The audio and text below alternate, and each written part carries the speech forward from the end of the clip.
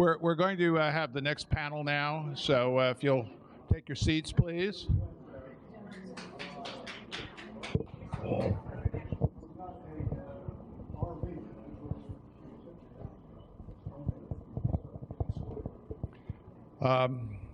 Thank you. I'm still John Belisai. I'm still president of the Council of Scottish Clans and Associations, one of the co-sponsors of the conference. And it's my pleasure to be the moderator of this panel, which is, as you know, about fashion. And I have two ladies who are going to talk to us about that, different aspects of it.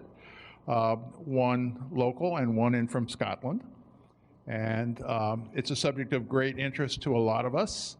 I mentioned earlier that I was chairing our forum, our symposium for Tartan Day in Washington this past year, which was a 3-day affair. Just about killed me, but it's another story for later. It was very successful. And we had a number of chiefs over from Scotland, a number of peers, a former First Minister, the Lord Lyon, et cetera, et cetera, et cetera. It was quite an occasion. And we had my chief, Sir Malcolm McGregor. That was a special pleasure for me to have him there. And he spoke on the history of tartan with slides and all the rest. Now, aside from being chief of Clan Gregor, you know, we're not supposed to exist anymore if the government had its way, but we're here, and there's quite a number of us. He's also president of the Scots Guards Association, so he retired from Scots Guards as a major. So he's got all the credentials to speak on the subject, and it was very, very interesting. One of these ladies was on the panel with Sir Malcolm. That's Claire Campbell, who you'll be hearing from shortly. But this is how we're going to do this. First, we're going to hear from Mary Jo Kruger. Is it Kruger or Krieger? Kruger. Mary Jo Kruger, and then we're going to hear from Claire. Their bios are in your program. Mary Jo is a life member of the St. Andrews Society of Detroit.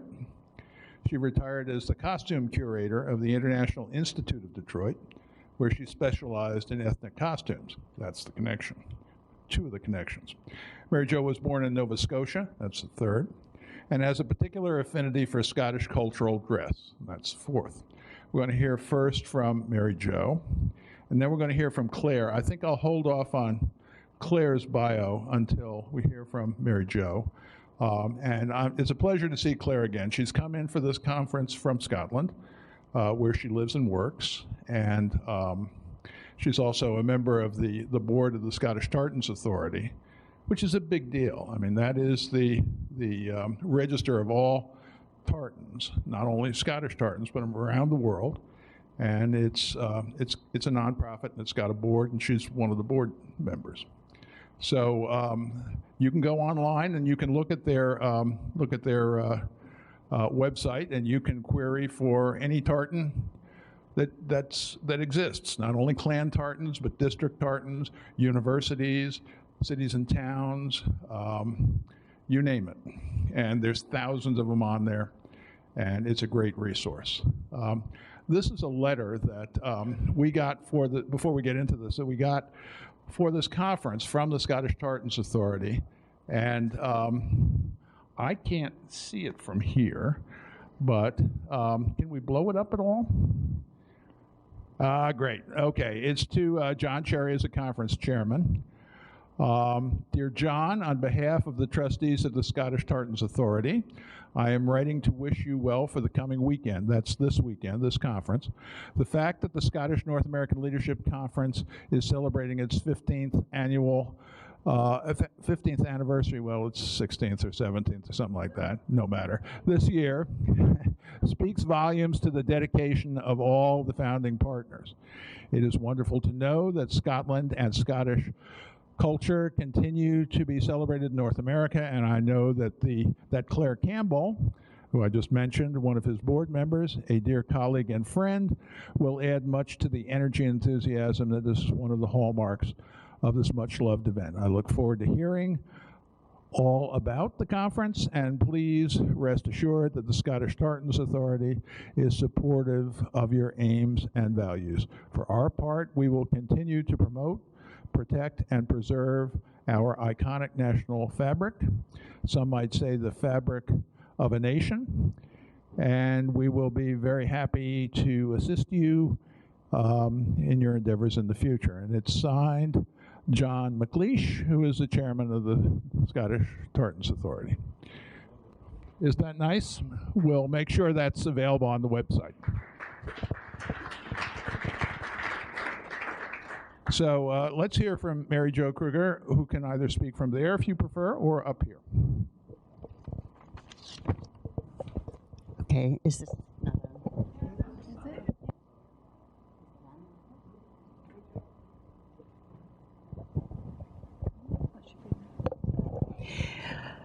Okay. Scottish Highland garb is one of the world's most distinctive male national costumes. A man fully kitted out in a proper band or evening wear is a definite attention getter anywhere in the world. I've even run into them in Moscow when they were performing for a tattoo, and they caused a sensation. And just as an aside, Scotland isn't the only one where a man wears the kilt. The Greek of his own palace guards also wear skirts, but they look more like white tutus with tights. So just to put it in perspective. It's an expensive proposition to accumulate the complete male outfit, but there are also definite rules and regulations on how it's worn. But it's certainly worth the investment to display your pride in your Scottish heritage. In order to teach your children about Highland fashion, you yourself need to know what to wear and how to wear it. So I'm just going to go through a brief overview of the male and female outfits. The men need to learn to differentiate between day and evening dress. And the quick rule of thumb is day wear is brown leather sporting, belt and shoes, tweeds. You can wear the argyle jacket in a dark color, but not the velvet during the day. And it should not be any longer, the jacket itself shouldn't be any longer than the sewed down part of the pleats. It should not go below that. Now in evening dress, the men wear black leather shoes or black patent shoes with silver buckles, black belt, and silver top fur sporran, along with the Prince Charlie coatee or the black velvet argyle, or you can wear Montrose or Sheriff Muir, but you don't see that often. They're a little fancier. In the evening, men can wear argyle hose. Now, ties are something, the tartan tie seems to be more an American thing. In the UK, mostly the men would wear their school or club ties with the little insignias. The kilt itself, it should be at the top of the kneecap. It can be an inch above, and in Victorian times it was at the bottom of the kneecap. Now, the garter flashes should be worn slightly to the side of the knee. It should not be directly on the side of the leg. The kilt pin itself actually is just meant to be a weight, and it's supposed to go through the top apron of the kilt, just to hold it down. It actually isn't supposed to be pinned together, but of course on a windy day, most people will do this. Feathers on a cap. This is sometimes I've been asked about. When you see feathers, three eagle feathers denote a chieftain, 2 eagle feathers denote a clan chief, a sept of a clan chief, and 1 is a lord earl. So usually, unless you're a hereditary chieftain, you're not going to see that too often in the United States. Now, the women, they have a wide range of wardrobe selections because they don't have the rules, because the kilt, well, the military devolved from well, I should say the military fashion is how the kilt came to be, the dress that we have now. So that's why there's the rules and regulations. Now, females don't wear a kilt. The exceptions are those in a band, those in an honor guard, or those that are Highland dancers. Other than that, the women wear kilted skirts or the long floor-length kilted hostess skirt. But Women can also wear in any of their clan tartans. They can wear blouses, blazers, vests, A-lines, straight or pleated skirts, dresses, ponchos, sweaters, shawls, scarves, sashes, gloves, purses, shoes, rosettes, slacks, sweatshirts, t-shirts. They can have umbrella. They can wear the traditional tams, whether cloth or knitted, or they could wear hats with tartan ribbon bands. So you can see that the women in general have a wide variety, and nobody's going to say too much of anything, except for the 90-inch sash. That has a rule. It is always worn on the right shoulder, unless you are a hereditary chieftainess, the wife of a chief, or the wife of a regimental colonel, or you are a member of the Royal Scottish Country Dance Society and you're at a dance event. Other than that, you should have it on the right shoulder. That's probably the most common mistake that I see. And the sash for evening dress, usually if you wear the wool hostess skirt, then you could wear the wool sash. If you wear a plain colored dress, which is also very correct for women to wear in the evening, that would usually have a silk taffeta sash. So it's actually more formal. So I thought I'd throw in how you can find some of these things if you can't afford to pay the full price to order something. Some of the most common tartans out there are the Burberry Plaid, which is actually the Camel Thompson tartan. And you can find those in coats, jackets, purses, shoes, and umbrellas. Royal Stuart, which is the red and green that some people call Christmas material, is also very common. The Black Stuart, which the St. Andrew Society Honor Guard uses, is the same, except for the black background, as the Royal Stuart is the red. Lindsay is very common, and that's the burgundy and green tartan, and Black Watch is the navy and green tartan. So these are the tartans that when you don't know your family tartan, most people tend to use, and you can find them out there commercially. And if you don't know where your ancestors, if they don't have a clan that you can't prove, a lot of people use a district tartan if they know where their ancestors lived.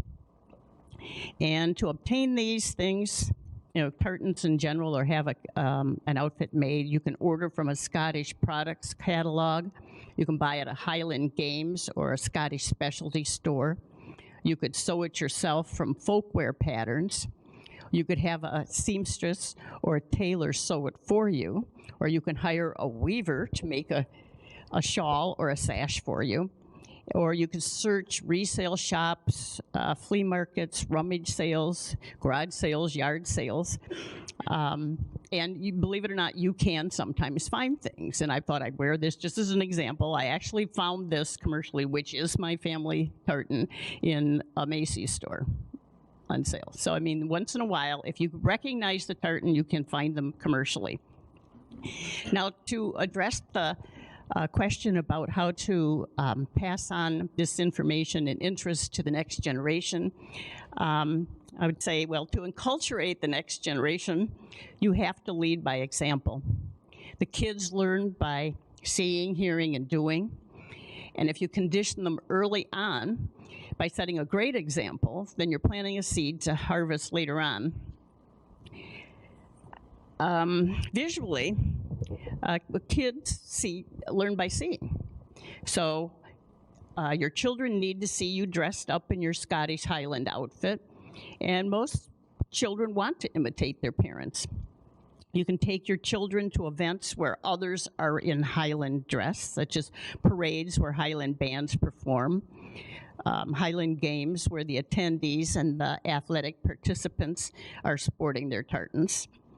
You can watch DVDs or attend movies with Scottish themes. There's Braveheart, Rob Roy, travelogues throughout Scotland, and the annual Edinburgh Tattoo has a DVD that you can purchase.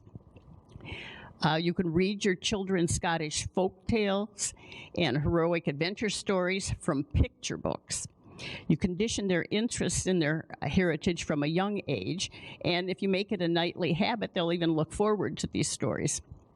You can obtain a Scottish heritage coloring book or Children's of the World coloring books featuring Scotland so that they can see the national costumes around the world for comparison, especially since they show the children wearing these things. And I wouldn't underestimate this approach because this is how I became interested in global fashion. I won a coloring book at my dad's annual company picnic when I was 7. And that's what started my interest.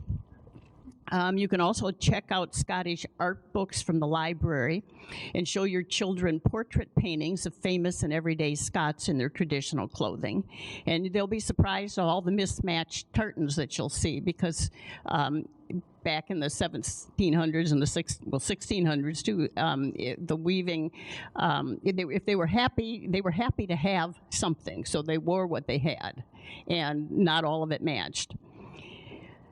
You can also watch the young Highland dancers at Highland Games. Your daughters will be intrigued by the variety of dance fashions because there's the national Scottish the Scottish national dance outfits. Then there's hornpipe, fling, sword, and jig, and they have distinctive costumes. Your daughter might be interested in one, and if she's begging you for dance lessons, I'd say consider it because it plants interest in the whole culture. You can also research appropriate websites and introduce your kids to photos and information online, and all of this helps build a Scottish identity. If you talk about your ancestors and you start saying that you're from a long line of Scots, then your children believe you, and they might actually pick up your interest. Now, for things you could also do, because if you do things with your children, then they feel that there's real value to it. You could buy your young children Scottish dress dolls, warrior figures, stuffed animals such as Scotties, Westies, or Highland fold cats. You could keep a trunk or box full of Scottish dress-up clothes, mini kilts, tams, tartan hair ribbons, and even a tartan cape if he wants to be a Scottish superhero. You could have matching outfits, like a mother and daughter could have tams, sashes, rosettes, the lace jabot and cuffs, shawls or kilted skirts. The father and son could have matching kilts and balmoral. And I would keep these special outfits in a special storage box to emphasize their cultural importance and to condition them not to leave them on the floor. You could also start a Scottish t-shirt or sweatshirt collection, matching the parents if possible. There's lots of clever sayings out there. If your child's school has an ethnic day or festival, you could attend together in your family tartan. On Tartan Day, April 6th, you could wear your tartan and encourage your child to wear it to school. Bring your children to a kirking of the tartan at a church and wear your clan tartan apparel. I think by seeing that and doing that, the child learns that this is important to lots of people and that there's a lot of different clans, and when they make the presentation, I think it does make an impression on them. Dressed in something Scottish, you could take your children to Ackroyd's Bakery on 5 Mile near Beach Daly and sample Scottish foods, and then try cooking a Scottish recipe wearing a tartan apron. I mean, if you do things regularly at home, your children will see that there is some importance to you, and they may pick this up. I can't guarantee it, but I'm just throwing out suggestions. You could take your children to Renaissance fairs or reenactment groups where they can see other people in Highland dress. And this will also show a lot of regimental and historical outfits. Or if you were probably younger, you could possibly join the Society for Creative Anachronism, where you choose a persona where you could choose to be Scottish and then research the outfit that your persona would have worn in their lifetime and involve your whole family in this at weekend events. Now, I did this when I was younger, and my kids really look forward to dressing up. They got a lot of attention, and kids like that. And of course, they like the weapons, too. So this is the other part of this. So at a Ren fair, you could have your child participate in designing his own or her own personal heraldic shield. Or if you know anything about woodworking, you could make your son a round targe at home. And when he sees you doing that, I mean, and you make a special effort, I think it's even more impressive. And then while you're at the Ren Fair, you could buy your son the wood sword and get your daughter a hair garland. I mean, if they're participants, they really enjoy it. You could attend an art fair in Scottish garb and have a street artist sketch you or your child for posterity and then have it framed and displayed at home. You could take your family on vacation to Nova Scotia, Cape Breton Island, Canada, and visit the Pioneer Village in Ionia and see an excellent reenactment of a Highland clearance. Now that's really memorable with everybody in historic costume. You could take your family on a tour to Scotland and bring everybody's garb with them and wear to the special events, or you could plan to buy it there.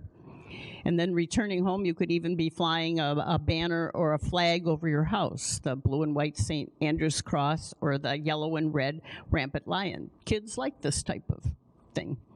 And I'd say, just to conclude, I'd say it's up to each one of us to make an extra effort to instill interest and pride in our Scottish heritage, culture, and dress.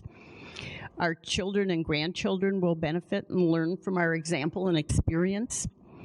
And while it does take planning, time, and money, I think it's a healthy payoff for the changing of the guardians so Scotland lives on in the hearts and lives of our future generations. Thank you.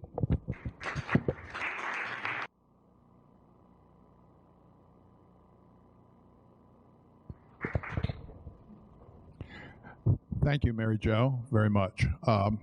Before we get to Claire, I just wanted to offer a couple of thoughts because this was something we discussed at Tartan Day in Washington last year.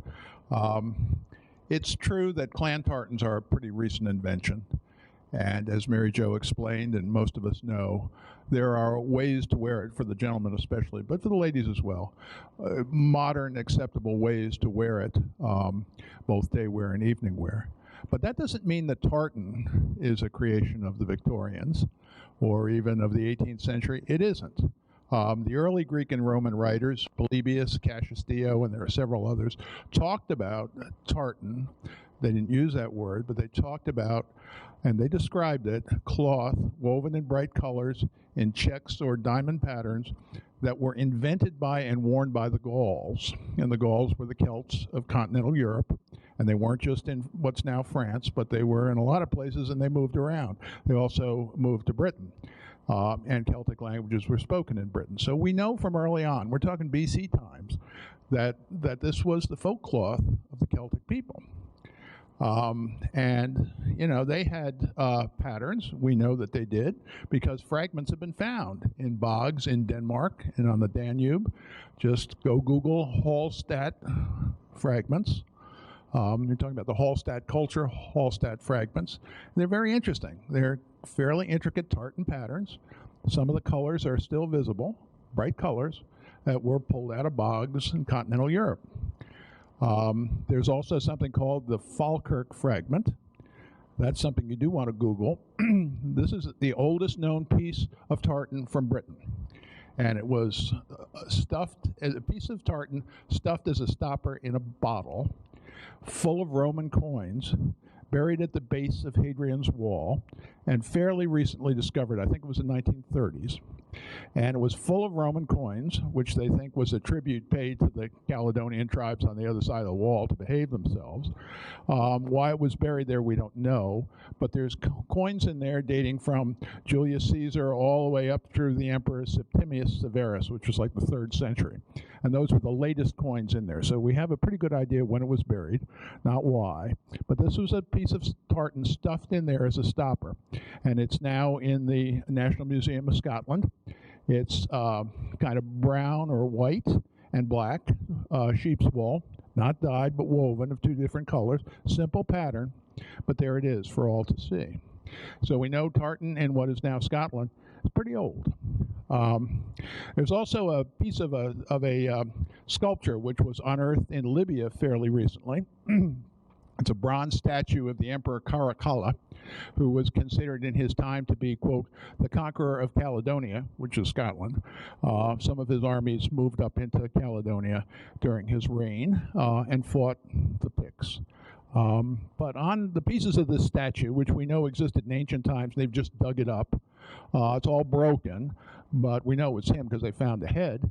On his cloak, there was clearly embossed a figure of a Caledonian warrior in tartan trousers, braque as they called it, the Celts wore. There it is, right there. So we know that tartan was worn in Britain in the old days, and it survived. Now, you know, what happened to it during those many centuries before we ended up in the 17th century when you begin to find it described by writers is open to debate, and I'm not suggesting we have that conversation here. But tartan is very old. It's long been associated with the Britons and with the Caledonians. Now to the subject of Claire. Her bio is in your materials, and I'm not going to read that, but except to say that when I met her, I was impressed by a few things which are fairly unusual, because she was in Washington back in April. First of all, she's a McDonald married to a Campbell, and there's probably not too many of those unions around. She says she still sleeps with one eye open, and as a McGregor, I can understand why, but there's that. She's also a chartered accountant, which in our language is a CPA, certified public accountant. Interesting background. She's a weaver and a designer, which is the other side of her brain at work, which is what she's mainly concentrating in now. And she's going to talk to us about that. She's going to talk to us about her mill, which she's brought tartan weaving back to the Highlands after quite a hiatus. And she has a campaign called Build the Mill Campaign.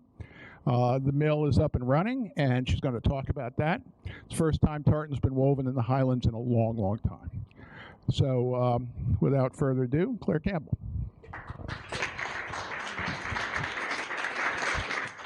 Okay. Good afternoon, everyone. And yeah, thank you, John, for that introduction. And the most important thing is to say thank you to everyone involved for asking me to come out here and have this opportunity to talk about a subject that's really dear to my heart as well. All the way back in the Highlands of Scotland, we've got the same challenges. So thank you for having me out. So I know we're nearing the end of a really, busy day with lots of conversation, lots of ideas brewing and things like that. So I'm going to make my session really easy and just play a lot of film.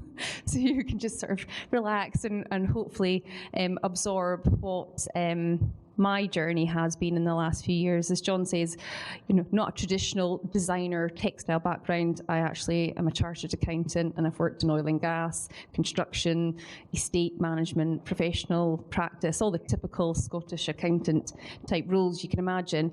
And the Jekyll and Hyde in me kind of reared itself a few years ago, and this creative side came out, and that contrasting with the accountant in me, I embarked on a due diligence kind of pilgrimage to understand what was happening with the Scottish textile scenes industry, and actually assess what has been the financial background, where we are today, and how did that kind of align itself with this, really ambitious entrepreneurial Scottish drive that we have run, right from government across all the agency bodies. So trying to just kind of weave all of that together. And Yeah, it's a long story, but I'll show a quick film that gives you a sense of location. And I just want to touch on something that I think is really important, because today we talk about Highland dress, we talk about Highland games. You know, Highland features a lot, I think, when we talk about heritage and culture associated with Scotland. So I feel really lucky that I live in the Highlands, and that, you know, tartan being quite an iconic aspect of Scotland, to be able to bring that back to the north, given that it's been, you know, nearly 20 years since we've had commercial weaving up there, and I feel really proud and really excited to see every day what's happening when we've been able to, you know, save that knowledge and pull it together. So this is just a small film that give you a sense of where we are. As John mentioned, I had some challenges in terms of being able to raise the relevant finance I needed to build this mill. As I say, the background was the industry was in a bit of a decline, so it wasn't really the kind of hot investment of the next private equity guy based in Scotland or slightly further afield. So I had to prove the point, and Kickstarter. We did Kickstarter as well. I experienced that same feeling moment in my head in my hands, thinking, oh, I'm going to do tax returns for the rest of my life. But I decided, no, I'm going to carry on. So we developed a plan B. We went back to Kickstarter, and that whole principle of plan B was to break it down into various phases and bring back weaving. So I just want to show you where we're based. So this is a little film about our temporary home. So Tom can put that on.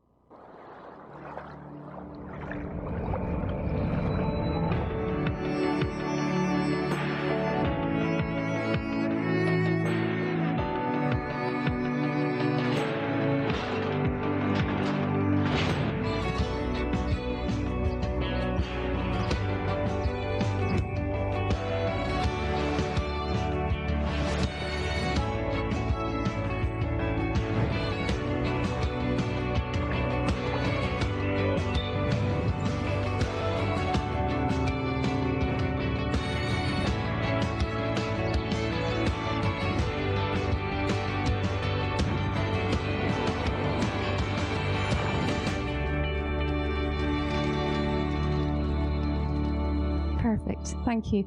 So that was a little film where we wanted to share with everyone a sense of where we are, and really sort of picked up on really unique aspects of being based in the Highlands, in the sense that the largest resource of native raw materials, i.e. the sheep's wool, is actually deposited in a depot literally a few miles from where we want to build the mill, and currently that's all being exported. None of it's being used in the tartan industry. We import so many fibres from around the world of amazing quality, don't get me wrong, but it pains me to think that we've got this amazing natural resource that we're not fully utilising at home, and we're exporting it. And then you can think about the carbon impact, and you can think about all of that ethical drives and shared values around the world. And so we're literally on the doorstep of this amazing natural resource. We're also in a really unique position in that, with being based in the Highlands, and you'll see a few oil rigs there. We've got this amazing engineering and fabrication skill set that is fundamental to our business model, in the sense that we're working with these amazing old looms. We've chosen specifically not to go to the modern European type that, they will produce thousands of meters for you, and if you've got all these KPIs, and the accountant in me kind of unleashes herself with a spreadsheet of how much production can we get done, I would love the new Picanol rapier loom, but I've gone for the 100-old shuttle loom. And so the market for supply chain, we don't have maintenance guys, we don't have parts available, they're all made with casts. So we're working with the oil and gas sector, this amazing talents that do stuff for subsea, etc., to refabricate all of our parts. They come in and see these looms and they think, gosh, there's no computers, this is all driven by pure energy power, and it's just, an amazing sight to see. So that was just sort of touching on, and even the thing, with the tartan forgery, the Sobieski Stewarts coming up to meet Lord Lovat, and to find these Cromarty manuscripts again, which is just a few miles from where we're based, that being the clan tartans and things. So our location, I think, is really relevant, and it gives us that powerful narrative of story.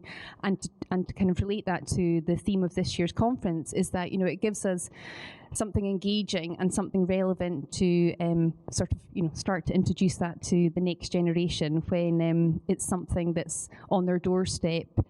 And then taking that further afield, I think, in the world of today with social media, people are very quickly to work out what is a sense of real and what's not. You know, stories were powerful in the past, but I think, you know, the whole kind of secret now is actually being completely honest about, you know, where you are and what you do. And I think, yeah, people very quickly can work that out. So we're very lucky from that perspective. And then moving on to that in the sense of engaging the next generation, we're really, really pleased to say that we've got this gentleman that we managed to find through a friend of a friend of a friend who worked in a garage, who knew a guy that worked in a construction site, who knew a guy that worked in the bowling club, who cut the grass. So we found this guy, because when I did move all of this equipment from the borders that hadn't been used for 5 years, I said to my husband, don't worry, Alan, as we had two Arctic loads of equipment, I'll find someone that will make us show us how to work it. Can't, you know, it'll be fine. Didn't really have that lined up at that point, but as I say, the friend of the friend and the man that cut the grass, he appeared.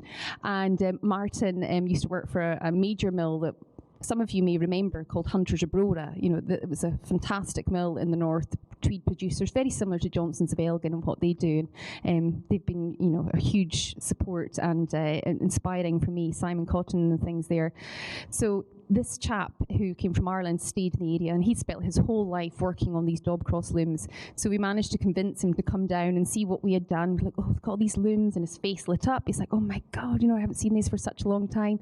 I'm like, well, would you maybe help us, you know, work something out here? And we're like, yeah, we know a little bit about it. That was 6 months ago. And Martin has been working with myself and 3 other, I keep calling them girls, it's the mother in me, but 3 other girls who are from the area, hugely talented, got huge ambition, but the beauty of it is that in today's society you can have that global ambition and still stay in it, you know, you can live anywhere in the world. So they have, you know, they've got the choice to stay at home now. Before the mill opening, one of the girls, Nicole, who's a weaving graduate, studied in Shetland with UHI, she was working in the airport cafe for a year. You know, her talent was just completely, you know, not being, you know, for her in terms of her personal sense of satisfaction, it wasn't there. So she's back, she's now working with me, and another girl who is a graduate from Heriot Watt in the Borders, she's a first class degree in textiles and fashion. So she's making some really cool garments with me, and one of them I'm wearing today. So these 2 girls are back, and another girl that we've got who's completely, you know, new to the industry, but just really interested in what we're doing. So in sense of Year of the Young People, we made a little film because we did a program with Scotgrad, which basically it helps businesses take on these apprentices who have just graduated from university and give them a placement, be it a 12-week summer placement or a 12-month summer placement with the opportunity of full-time work. So both of them are full-time with me now, and this was a little promotional film that gives you a sense of why they see value in bringing back this amazing industry to the Highlands of Scotland. So I've got a little film for Year of the Young People. Tom can put on. Thank you.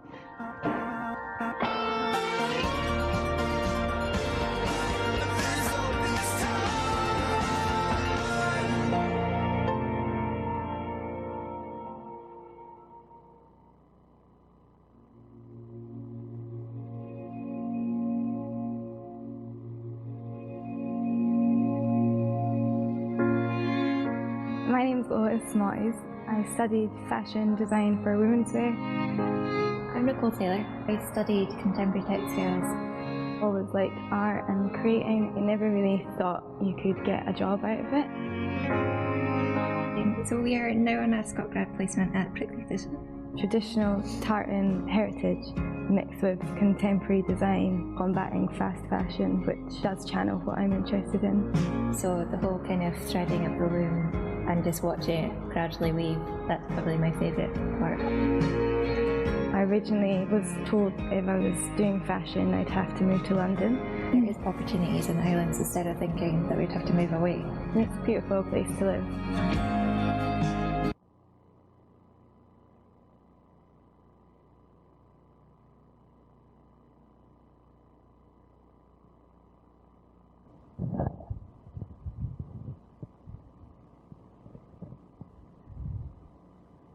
Sorry, I think did that just buffer towards the end? In the world, I guess it motivates me to try and change the way we use the fashion industry. Kind of work with sustainability as well. So HIE and Scotgrad are really amazing. Both of us are managing to get jobs, Giving us that base knowledge to kind of go forward. there's less limitations on if it's your dream, you can do it. And that's given me a huge influence. It's just a whole new opportunity. I can do something I love, and I just always wanted to create, I guess.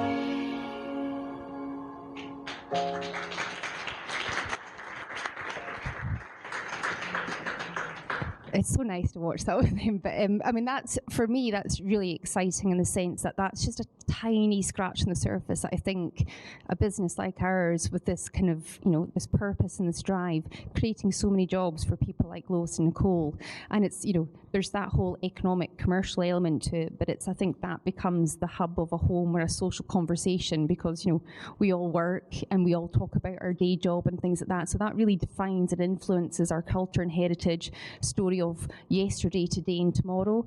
So it's really exciting that we've been able to create this pop-up mill. As you see, that building there was completely empty. We moved all that equipment in.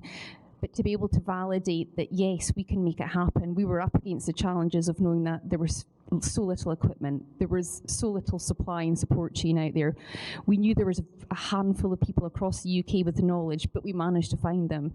And we've been able to show that with Nicole and Lois, that actually there's a huge appetite to get involved in this space, and, you know, where they want to take it in terms of the future generations.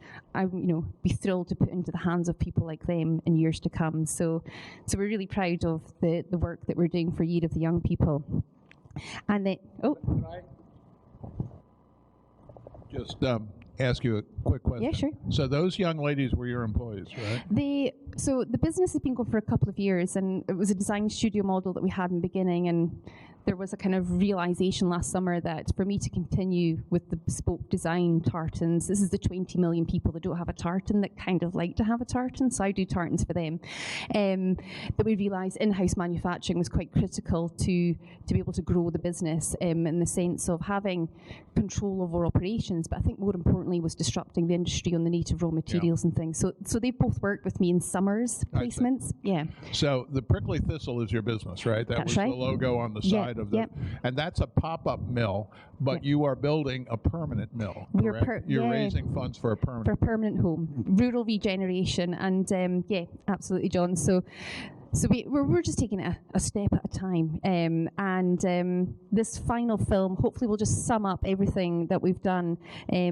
over the last few years. And as I say, just to kind of re-emphasize, I'll skip this bit because I get so passionate and carried away. But yeah, we're small batch artisan designers from end to end. So we're about creating that new future for the history of tartan, the history of identity. It's a cloth of purpose. I mean, it's so powerful. You know, the most engaging design that you can wear, and somebody's immediately going to ask you, what do you belong? You know, there's a sense of belonging there. And I personally feel that there's so much more that's unwritten there with this global nomadic society. And this is by no means forget the past and move on. This is actually using that as an incredible gift for us to be able to continue with the story and develop it, so that in 200 years we're still talking about the same things we talked about today, but we've got so much more to add to it and celebrate. So that's where we see ourselves coming into the industry and really not displace anything that's already there, because there's amazing mills in Scotland that do a lot of the clan and more historical type designs and product collections. We want to come in and contribute and grow the industry. And the accountant says, right, okay, there's the whiskey exports. Where are we going to take tartan in the next 10 years? So, but yeah, this is the final film. So as John says, our business at the moment, we're so early. We're still startup. We're still kind of going out there, and we've got this rebel story that we're going tartan uprising. So what the mission and the message right at this point in time is build the mill, and this is about this rural regeneration and taking question. Sorry. Hello. Just to be sure I understand, define what is a pop-up mill, and where was this one located that you just showed us? Yeah, So a pop-up mill is where we've taken on a short-term lease for an industrial unit over in an industrial estate just across the Cromarty Firth from where the building is. So we have an old agricultural steading that dates back to 1760s, 1780s. It's been lying empty, and traditionally it was used for cattle stables and drying grain. It was never a mill. There was actually very, very few mills in the Highlands with the clearances and what have you. It was all very much down in the Central Belt when the revival came, Sir Walter Scott, etc. So it was never a mill. But the capital works to restore that building and make it fit for purpose for, current health and safety, make it sort of in terms of environmentally friendly, etc. There was a significant capital cost associated with that. And our first campaign was hugely ambitious to try and sell enough product to go and get match funding from Historic Environment Scotland and a few other bodies that if we could demonstrate we could have, a bit of cash gathered together, they would help us. The pop-up was really to say that we're just going to get our manufacturing equipment together, we're going to harness the skills, we're going to develop our processes and prove that we can actually deliver on product. And then when we've raised enough funds from our Kickstarters, now in season 1, season 2, etc., we will be able to move everything home in 2020 to this building that is called the Black House Mill. So pop-up is really just rented, and we want to move all of the equipment that you saw in that film there over to its home on the Black Isle and take it into its kind of natural setting. Yeah. So perfect, good to go.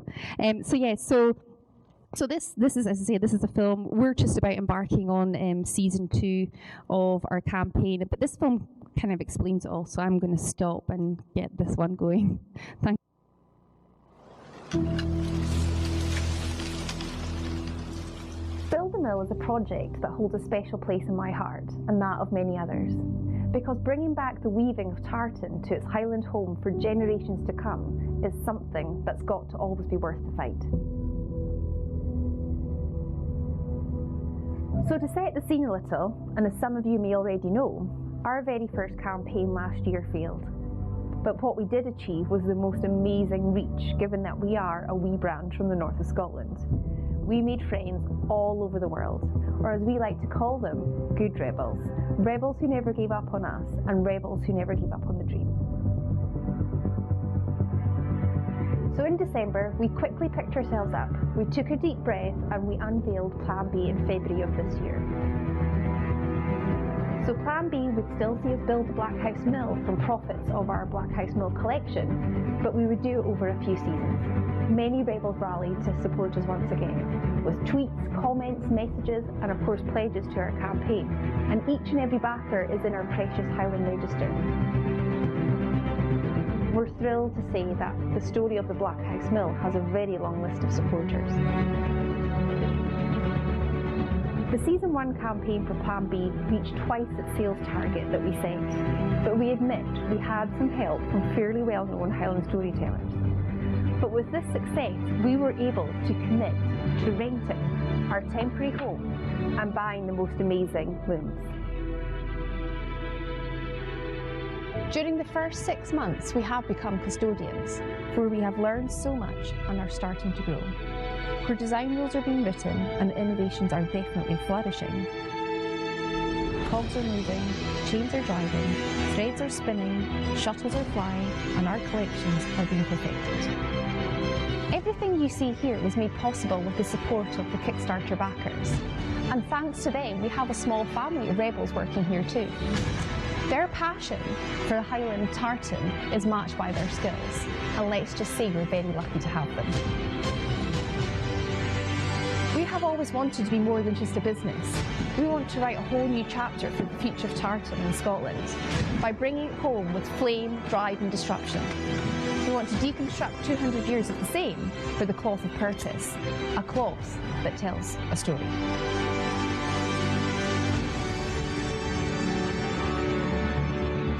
So here we are, Season 2 of Plan B, and with your continued support, we can build the mill, and that's rebels of old and new, creating a permanent home for tartan, bringing it back to its natural environment and furthering the promise of self-sufficiency, escapism and rural regeneration. We are committed to this story and we're committed to the building of the mill, but we do need your help, and we would love you to buy from our Made in the Highlands Black House Mill collection that will only be available until the mill is complete.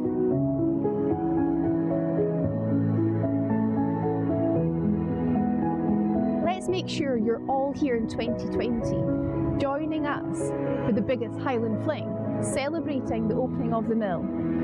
We want you to become part of the fabric of Scotland, become part of this story, and become a tartan rebel with us.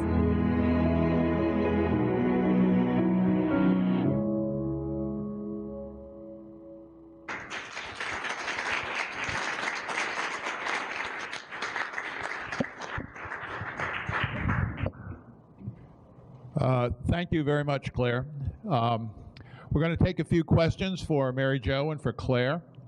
A lot of information there, and it's getting late in the day, I know, but I could also just tell from the room that people were very focused on that and those two presentations, and it's a subject of interest to us all. So, yes, ma'am.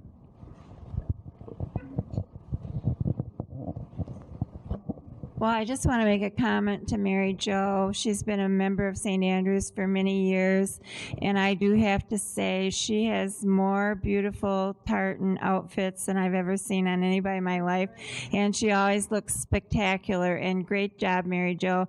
And all those listings of things that she was saying you can do, I'll bet she has every piece of those clothing items.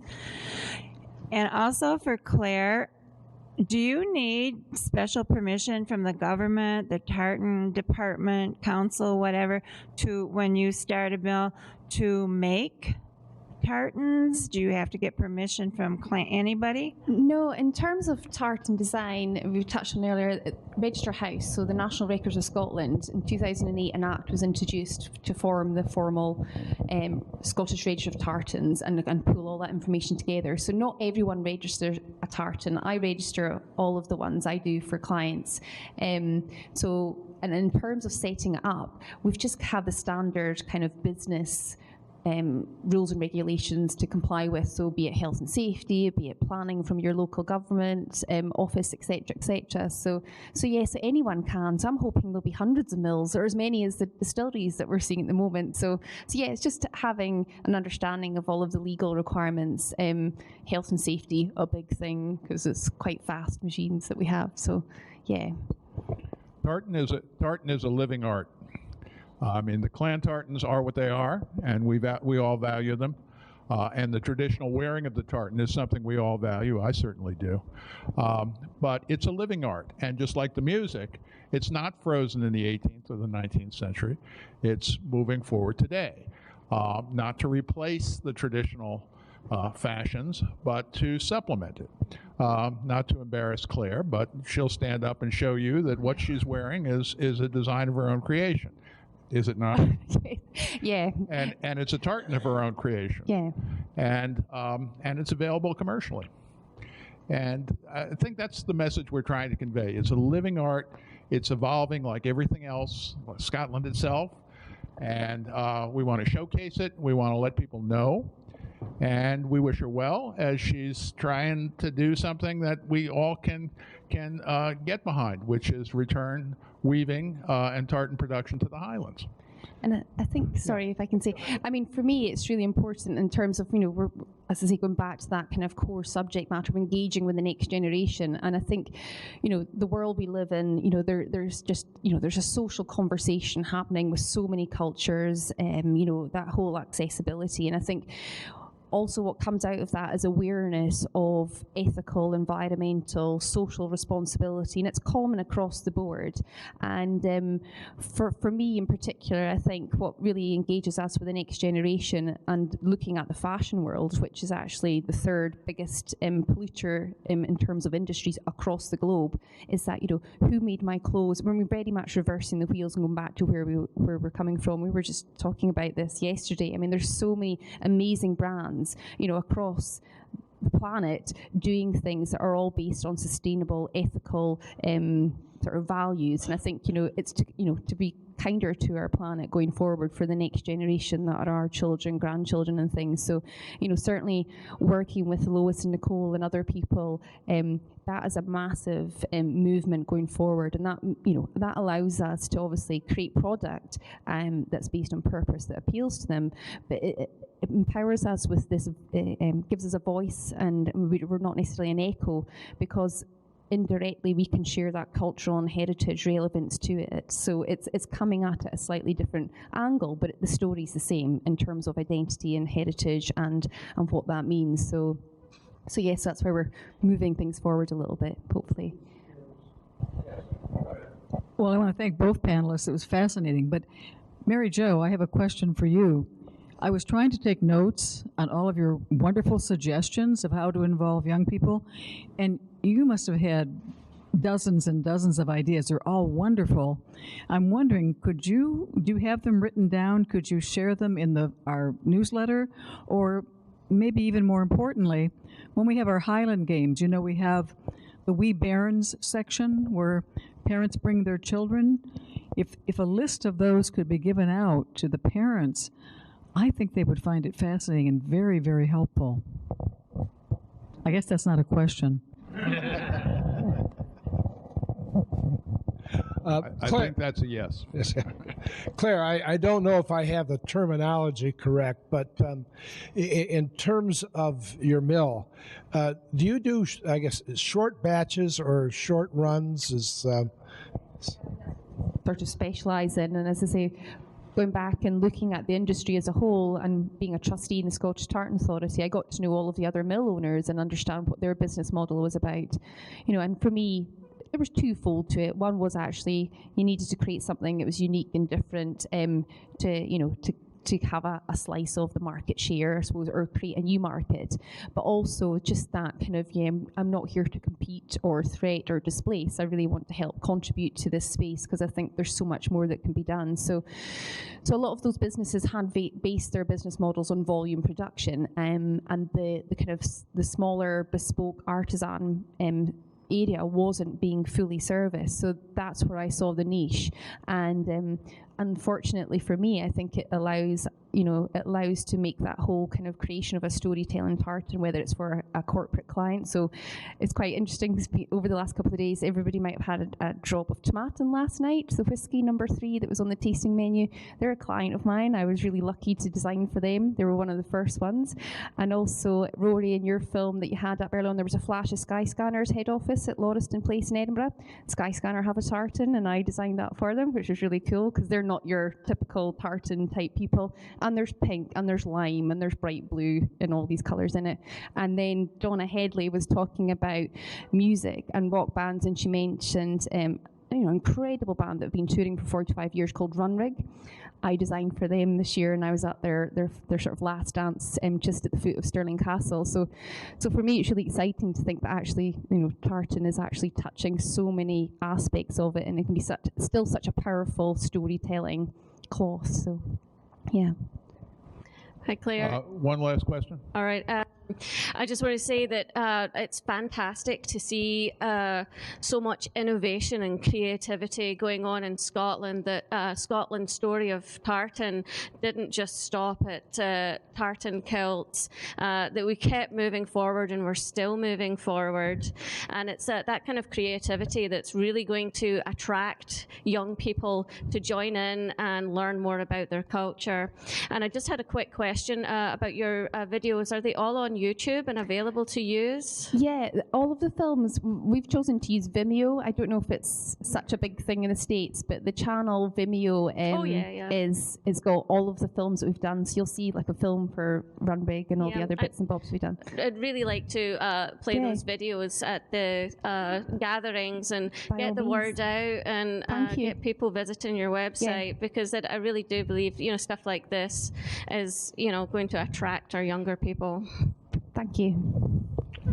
Okay, ladies and gentlemen. One more.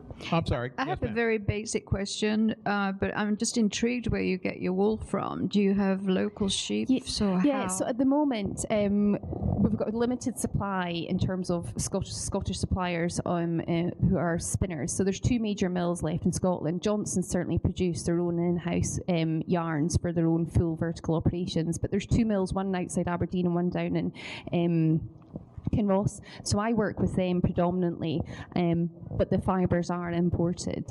But we've just recently embarked on another programme that's runs in Scotland called Interface, which allows businesses to engage with academia so that you can develop, basically a sort of dissertation on concepts and ideas you have. So the native raw materials element we touched on, and natural dyes is something that we really want to introduce. So over the next 12 months, as we try and sell our tartan to build our mill, we've got out with a number of universities at the moment this concept of, would you like to work with us and actually provide us with a roadmap come 2020 when the mills got, we've had the big Highland Fling, we then get into the lab and we actually start reintroducing native raw materials and using natural dyes. So we've got a lot going on, a lot to go, but we're committed.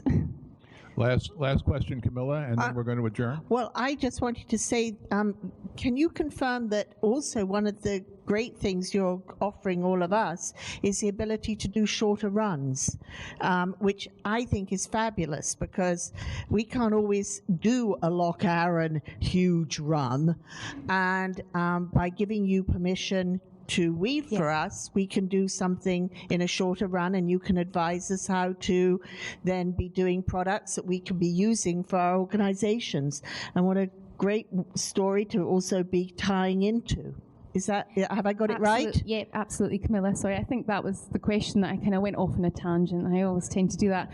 But yeah, you're absolutely right. We will weave as little as 15 meters. And we just love the challenge of creating beautiful finished products that are not from a rationalized wholesale price list, shall we say. And we also love documenting all of the work we do. I think it's really beautiful and adds value and depth to that tartan when you can actually see it come to life. So yeah, we like to take behind the scenes images for what we do for people, but yeah, very much the small run stuff we love to do. Thank you, ladies, very much, and thank you all.